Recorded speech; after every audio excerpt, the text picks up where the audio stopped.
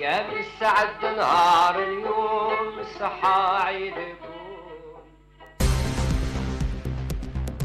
With Radio Algeria International, you will not miss a single major political or economic event. Radio Algeria International, our voice in the world.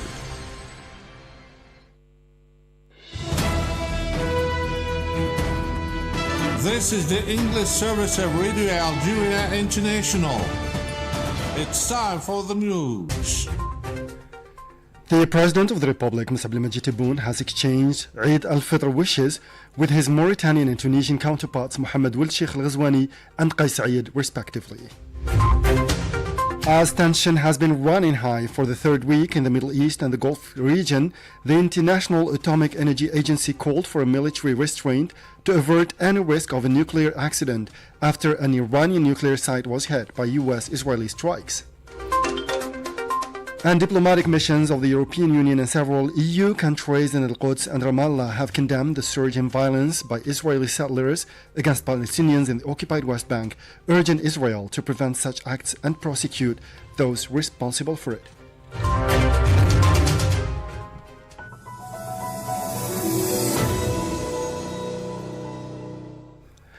Those were the headlines, and now the news in detail from Radio Algeria International. First in our news, the President of the Republic, Mr. Abdelmadjid Tebboune, has congratulated his brother, the President of the Islamic Republic of Mauritania, Mohammed Ould Sheikh Al-Ghazouani, on the occasion of Eid al-Fitr, wishing him and the brotherly Mauritanian people all the best and further progress, according to a statement from the Presidency of the Republic here. The statement of the Presidency of the Republic indicated that in his turn, the Mauritanian President congratulated his brother, the President of the Republic, on this happy occasion, wishing him and the Algerian people happiness and prosperity. President Abdelmadjid Tebboune and his brother, the President of the Sisterly Republic of Tunisia, Qais Said, also exchanged Eid al-Fitr greetings on Friday, wishing both nations continued happiness and further prosperity on this joyful occasion. Over 4,500 traders have been mobilized across Algiers to ensure continuous service and a steady supply of essential goods and services during Eid al-Fitr, a local trade official said. A total of 4,560 traders are on duty throughout the holiday, including 627 bakeries, 1,873 grocery and fruit and vegetable shops, as well as dairies and mills. In addition, more than 2,000 service providers such as restaurants, mechanics, and fuel stations are also operating. Authorities have also made available the Murafiq Comp app, following or allowing citizens to locate open businesses during Eid al-Fitr. And more than 150 national and international exhibitors are expected to participate in the 8th edition of the International Investment Exhibition in the sectors of industry, construction, energy, logistics, and export, Algeria Invest Expo, which will be held from March 26 to 29 at the Mohammed bin Ahmed Convention Center in Oran. More details with our colleague Mariam Bershi. According to the events commissioner, Ahmed Hanish, the exhibition organized under the patronage of the Minister of Industry will bring together around 130 national public and private companies specialized in industry and export, as well as foreign companies and representatives of subsidiaries of foreign firms operating in Algeria, notably from China, Italy, Turkey, India, among other countries. Mr. Hani stated in a statement to the Algerian news agency APS that this international exhibition, which will see strong participation from public economic groups active in the fields of electrical industry, energy, electronics, chemicals, construction, wood, and its derivatives, as well as mining, aims to create an effective dynamic between operators, encourage public subcontracting and investment partnerships, while providing a space for exchange between professionals and economic operators. He added that this event is part of the unprecedented momentum of economic development experienced by Algeria alongside the launch of major strategic economic projects in heavy industries and the creation of economic momentum outside the hydrocarbon sector. To encourage young people, an exhibition space will be reserved for 30 startups from several universities and project holders with innovative ideas, enabling them to connect with the economic stakeholders and seek opportunities to implement and finance their projects. On the sidelines of the exhibition, conferences and debates will be held on themes such as renewable energy, development of the industrial fabric through subcontracting, logistics and export, and support for exporters, sustainable industrial development and carbon emission reduction, smart management of energy demand, win-win partnership, and promotion of investment and exports, among others. Furthermore, competition will be organized to reward the best participating projects that have a positive impact in the fields of innovation, the environment, and development. In Lebanon, one person was today killed and 2 other people were wounded in new strikes launched by the Israeli occupying army against the southern part of the country. The news agency ANI affirmed that the raids targeted various localities, notably in the districts of Bint Jbeil, Tyre and Nabatieh, where 21 people, including 2 women, were wounded. Over 1,000 people have been killed since the Israeli launched their attack on the country on the beginning of this month. And diplomatic missions of the European Union and several European countries in Al-Quds and Ramallah on Saturday condemned the surge in violence by Israeli settlers against Palestinians in the occupied West Bank, urging Israel to prevent such acts and prosecute the responsible. In a joint statement posted on X platform by the EU delegation to the Palestinians and supported by Canada, they said they were particularly outraged by the killings of Palestinians in recent weeks. While global attention is focused on the Middle East war triggered in late February by the Israeli-US offensive against Iran, recent figures point to a sharp rise in deadly settler attacks in the Palestinian territory occupied by Israel since 1967. According to Palestinian authorities, 6 Palestinians have been killed by settlers' gunfire in the West Bank since March 2nd. By comparison, the United Nations reported that 24 Palestinians were killed by settlers between the start of the Gaza war on October 7, 2023 and early March. Several Israeli officials have also expressed concern over the increase in settler violence. The Army Chief of Staff describes such acts, targeting both soldiers and civilians, as morally and ethically unacceptable. The notion of a resurgence of Jewish terrorism, raised notably by former centrist minister and MP Merav Cohen, is now being echoed in national media and public debate. We strongly condemn the escalation of acts of terror by settlers and the violence inflicted on Palestinian communities by Israeli security forces, the statement said, signed by diplomatic missions from about 10 countries, including France, Spain, and the United Kingdom.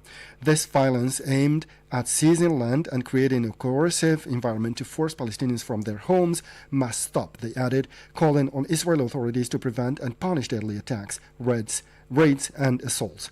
Apart from Al-Quds or East Al-Quds annexed by Israel, more than 500,000 Israelis live in the West Bank, among around 3 million Palestinians in settlements considered illegal under international law by the United Nations.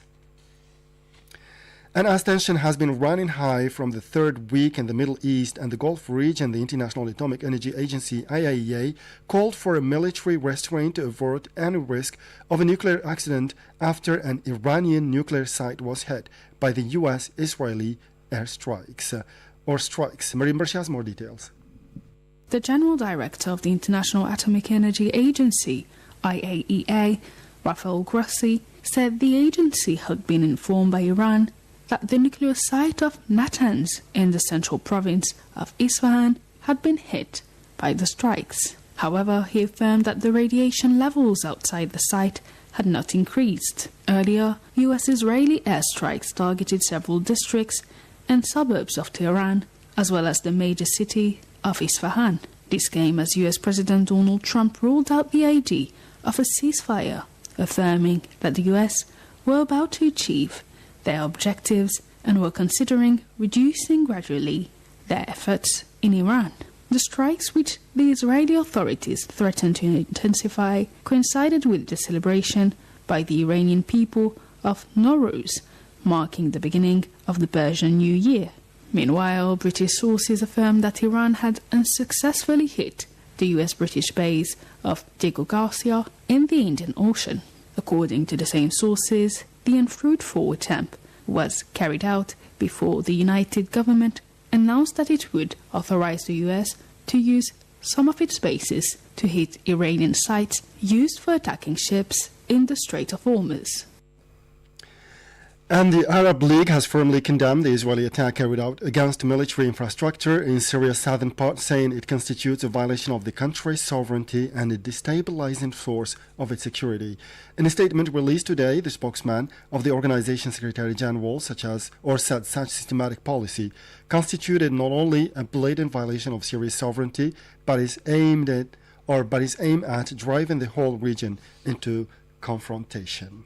At least 3 militants from the Boko Haram terrorist group were killed during an operation by the Cameroonian army in the far north region, media reports on Friday, citing local sources. According to a local vigilance committee official, the operation took place in Nedrock, in the Mokolo district of Mayo Tansanga, near the Nigerian border. The militants were reportedly spotted heading towards mountainous areas before security forces intervened and set up an ambush. And the United Nations Multidimensional Integrated Stabilization Mission in the Central African Republic, MINUSCA, has announced that it has closed 2 temporary operating bases in Brass and Dikoa, both located in the center of the country. It said on its website that these closures are part of a reorganization of the mission's geographical coverage linked to the improvement of the security situation in the Central African Republic, as well as to a gradual transfer of responsibilities to national authorities. With this, we come to the end of this news bulletin. Time now for a weekly program, starting with my colleague Masoud Sherfi, and it will be followed by another program by my colleague Jamal Silmani. As for me, I'll meet you again tomorrow for a fresh edition of our news bulletin. Until then, stay tuned to Radio Algeria International and enjoy your Eid. Sahaidkum.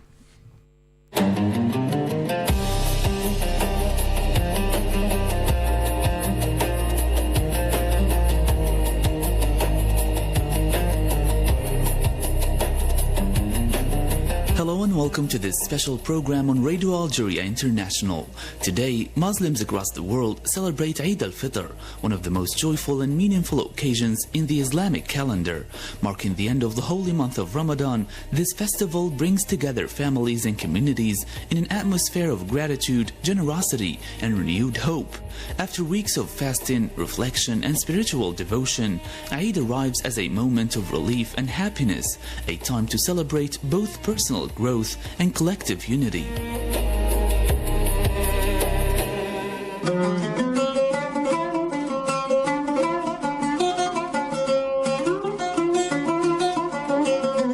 The celebration of Eid al-Fitr dates back to the earliest years of Islam in the 7th century. Historical traditions indicate that it was first observed in Medina following the migration of Prophet Muhammad, peace be upon him, and his companions, marking the successful completion of the fast during the holy month of Ramadan.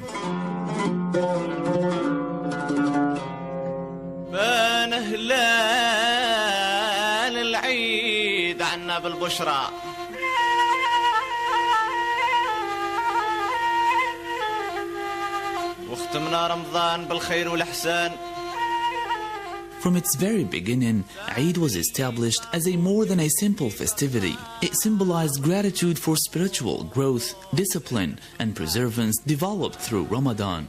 It also reflected a broader vision of social harmony, encouraging equality among believers and compassion toward the less fortunate. As Islam spread across regions from Asia to Africa and beyond, the celebration of Eid adopted diverse cultural expressions. Yet despite these variations in customs and traditions, its essential message, faith, generosity, and collective joy remained constant through the centuries.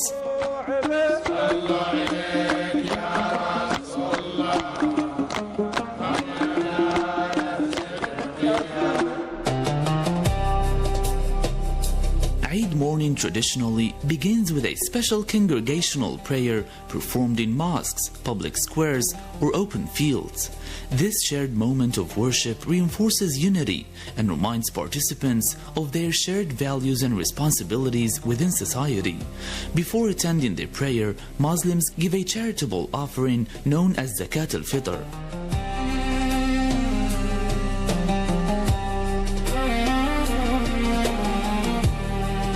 This act ensures that those facing hardship can also experience the joy of the celebration, highlighting the principle that social solidarity is central to the spirit of Eid. Following the prayer, families and friends exchange greetings of peace and goodwill.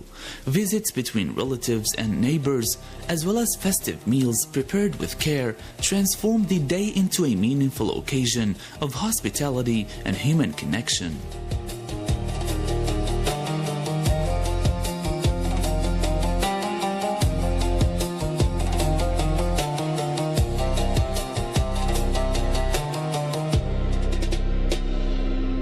While the spiritual meaning of Eid is universal, its celebration reflects the rich cultural diversity of Muslim societies around the world. Homes are prepared for guests, traditional dishes are shared, and people wear elegant or new clothing as a symbol of renewal and dignity.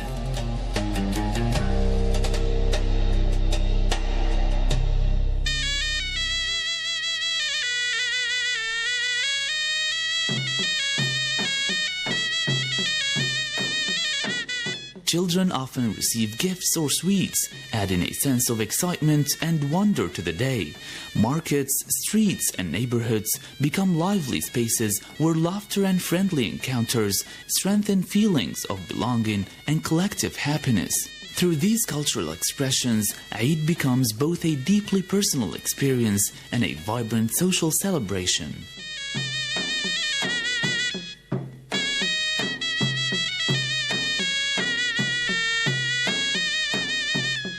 Beyond its festive atmosphere, Eid al-Fitr offers a valuable opportunity for reflection and renewal. It invites individuals to carry forward the lessons learned during Ramadan, including patience, self-restraint, generosity, and empathy into their everyday lives.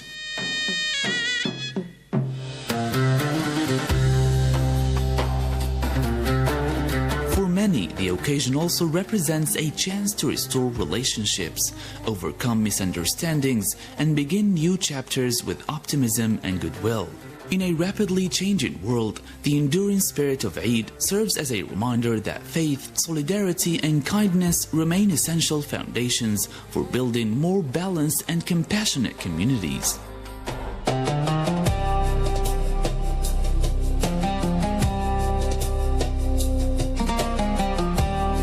As celebrations continue across cities and villages around the world, Eid al-Fitr remains a powerful symbol of joy, gratitude, and solidarity. May this blessed occasion bring peace, happiness, and renewed hope to you and your families. You have been listening to Radio Algeria International. Eid Mubarak to all our listeners.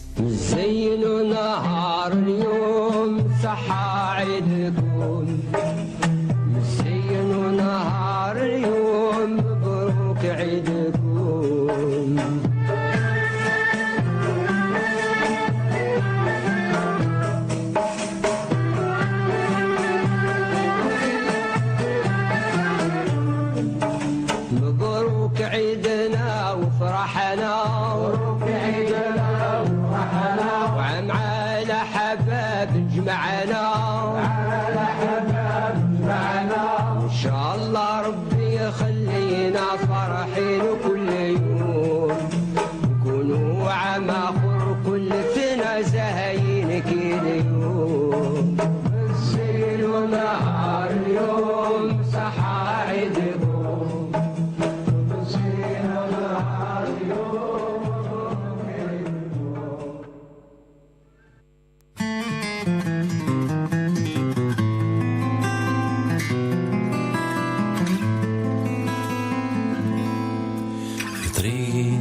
مسافر حب يشوف زين الطبيعة والمنظر مدينة المدينة داير. Welcome to your weekly program, Destination Algeria. I'm Jamal Slimani. There are a number of great destinations in Algeria just waiting to be discovered. A curious mixture of cultures and influences. Algeria has something interesting to see in just about every city. The country is also the first largest on the African continent, so you can be sure that there are plenty of towns and cities to visit. Let's visit Algeria's fascinating destinations, you and I, together.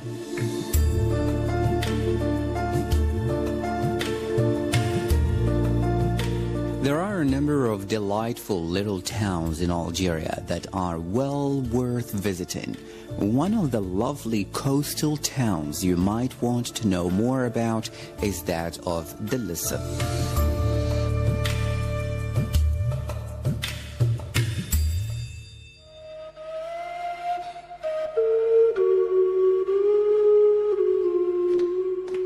The rich and fascinating history of Dalis in Algeria can be traced back all the way to Roman times.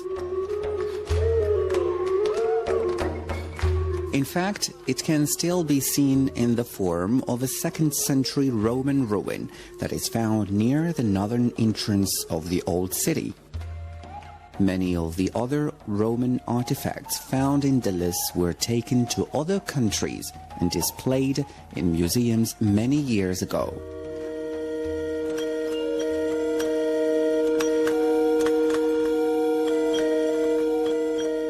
Even in Roman times, Dalis quickly became a powerful and influential city. It is thought that this original city was destroyed by either an earthquake or an invasion. Either way, the city was then rebuilt by the Arabs who moved to the region for political reasons. During this time, it was called Tidlis. Many centuries later, it was taken over by the Turks and became a part of the Ottoman Empire. During this time, there were many different tribes and peoples living in Dalis, and the city continues to prosper. According to Juan Battista Montalbano, an 18th century Italian philologist, Tidlis was a very prosperous port that was home to a number of rich families. He attributed this wealth mainly to the area's wool and flax dyeing resources.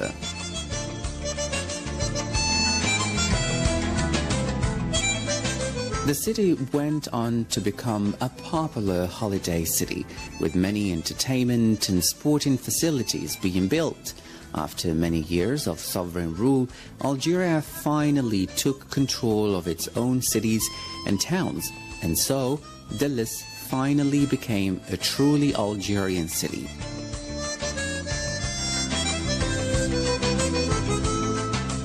Today, Dalis in Algeria is filled with interesting ruins, relics and artifacts.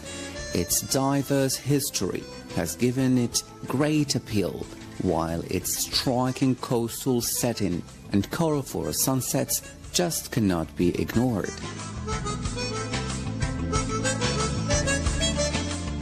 The Ottoman-era Kasbah is a popular attraction, while the 2 colonial-era lighthouses continue to stand tall, indicating to ships where they should sail in order to safely make berth at the small port.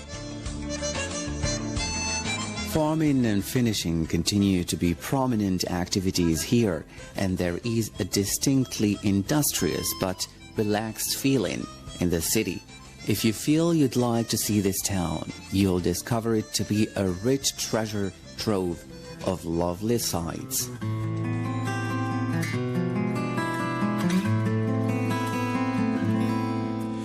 غريب مسافر حب يشوف زين الطبيعة والمنظر مدينة داير. Hello and welcome on Radio Algeria International. This is our second part of your program, Destination Algeria. Looking for something interesting to do while you're visiting Algeria? You might find that a trip to Wadi El Abyad will amaze and excite you. This great topographical attraction boggles the mind and gives you an immense appreciation for the wonders of nature.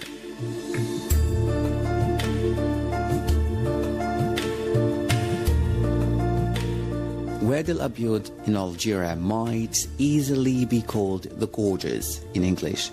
These incredible natural wonders were beautifully carved out of the soft Ouras mountains by seasonal rivers over the course of millions of years. Each portion of the gorges is unique and inspiring, and it is worth exploring all aspects of them to get the full impression of this great natural attraction.